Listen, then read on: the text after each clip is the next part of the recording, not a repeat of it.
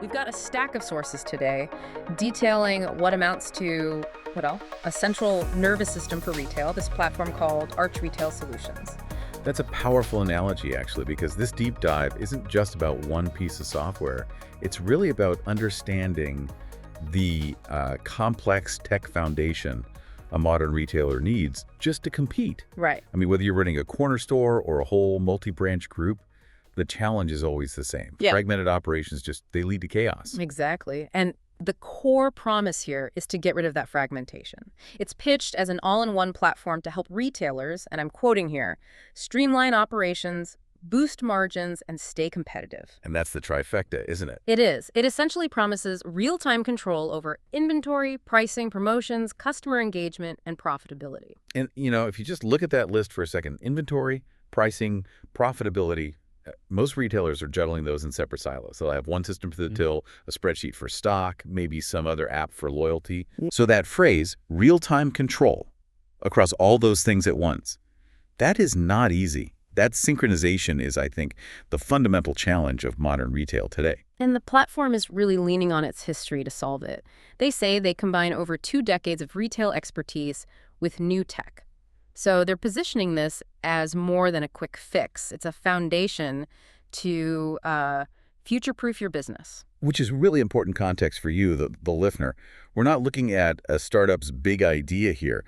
We're looking at a mature ecosystem that's designed to handle complexity from day one. It's built on, the hard-won knowledge of what actually breaks in a busy store. So let's jump straight into the architecture then. What does all-in-one really mean in practice? The source material makes a point of saying it's for small, medium, and enterprise operations. That tells me scalability is a cornerstone, not an afterthought. Scalability is the ultimate test, really. Yeah. A small retailer needs something simple. A huge enterprise needs to manage complexity across, different states or even countries. Sure. A truly integrated platform has to do both. And if you're a successful retailer, your system shouldn't force you to rebuild everything from scratch every time you open a new branch. And the goal seems to be empowering teams to work smarter, make faster decisions, and deliver better service, which is a lofty goal that covers everyone from the sales floor to the head office, and crucially, online too. To kind of map that out, they define 6 main solution categories: retail, enterprise, mobile, loyalty, fuel, and accounting. But for us, for you trying to understand the strategic value, the really critical distinction is between retail and enterprise. Okay, I can see that. The retail solution is the in-store system, the local brain running one store's day-to-day. But then you have enterprise. Why is that distinction so important? Because the enterprise module is all about centralized multi-store management for business growth. Just think about the chaos of running, say, 50 different stores. Yeah. If the price of milk changes or a new promotion kicks off, the old way was, dozens of phone calls, manual updates? Yeah. Which always leads to pricing errors and frustrated customers. And just a massive administrative headache. Precisely. The core insight here, and this is kind of your aha moment, is that the enterprise system centralizes all that complexity. It lets you manage pricing, set stock levels, roll out a promotion across all stores at the same time from one dashboard. So centralization is the antidote to chaos. It's the only reliable one when you're scaling up. You get brand consistency and operational control instantly. That makes the whole story much clearer.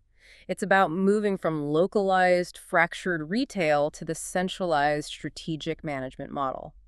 And speaking of strategy, let's talk about where this platform gets really specialized. Absolutely. So moving beyond the general tools, they've got these modules that are tailored for very specific high-complexity markets.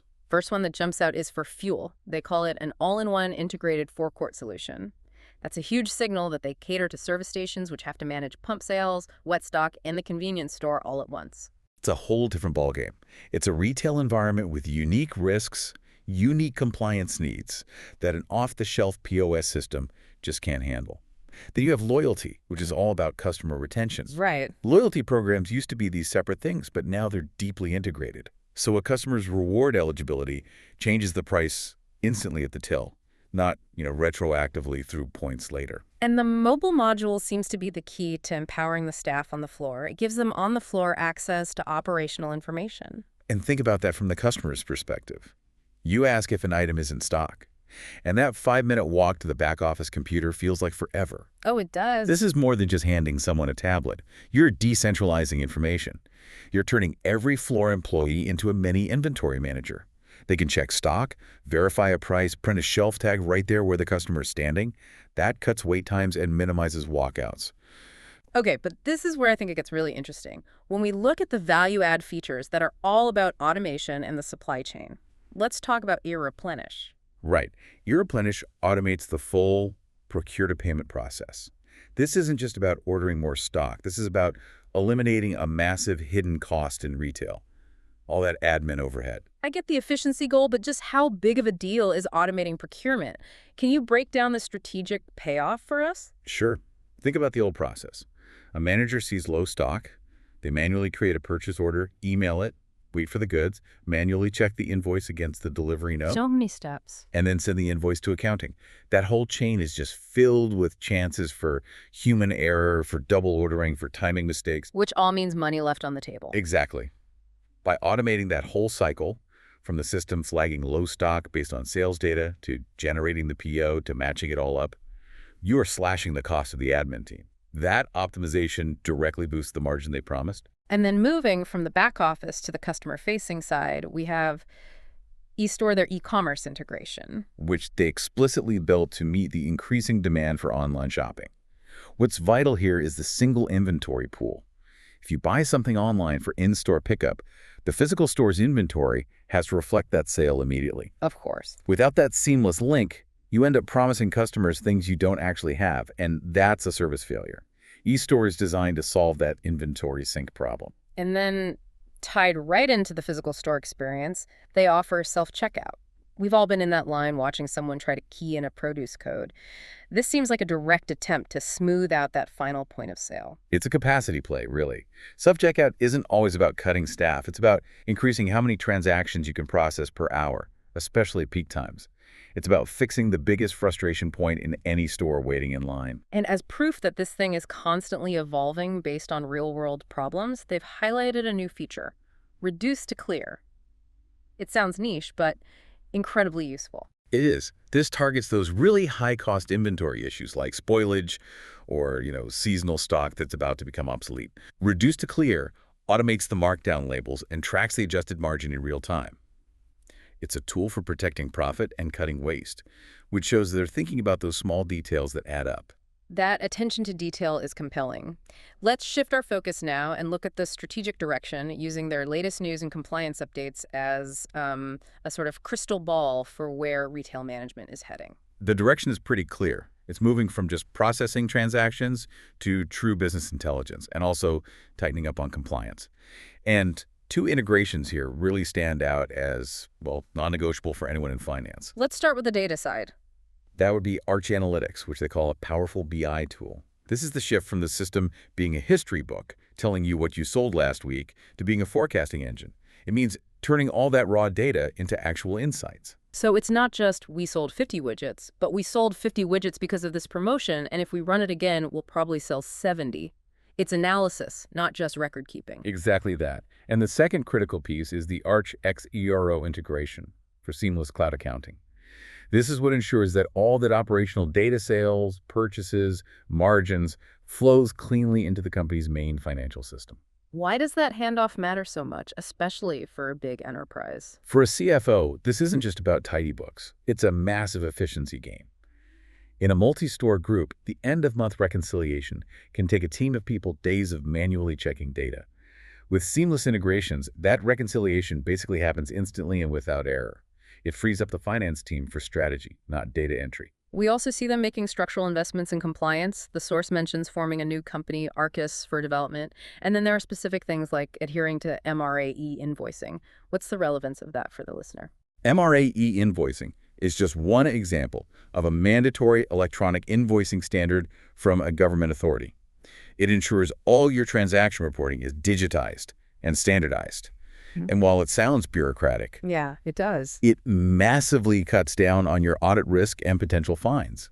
In the future, this kind of mandatory digital reporting is only going to increase, so having your system handle it automatically is a huge risk reducer. It's not glamorous, but it's essential to future-proofing.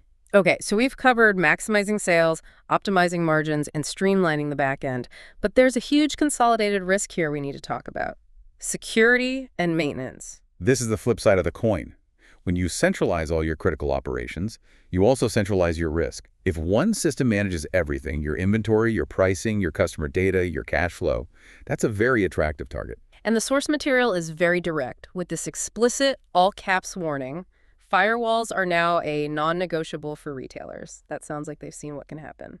Oh, they absolutely have. If the system is the central nervous system, the firewall is the skull protecting the brain. Yeah. An attack on one weak point, maybe an old till in a remote store, could compromise the entire network. You can't treat security as an optional extra anymore. It has to be integrated infrastructure. And right alongside that external security is the internal risk. They emphasize the mandatory task of backing up Arch Retail. Because data loss is just as catastrophic as a data breach. If you lose your centralized pricing data or your current inventory counts, the entire system is useless. It would paralyze 50 stores at once. Backups are the only way to guarantee you can get back up and running quickly after any kind of failure. And even small administrative things are being built in for risk management. They mention an update to the Arch Retail license expiry functionality. Why even mention that detail? That's all about operational integrity. I mean, can you imagine a scenario where the software license just expires without warning and it shuts down every single POS system across the company on Black Friday? That's a nightmare scenario. It's a pure administrative failure leading to a massive financial loss. By building license warnings into the system, they're managing that administrative risk so the system never accidentally shuts itself down. So what does this all mean? Our deep dive shows that maximizing the customer experience requires integrating these 6 core functions, retail, enterprise, mobile, with specialized tools like fuel management and automated purchasing. It's about creating a unified retail ecosystem and getting away from that fractured, siloed approach.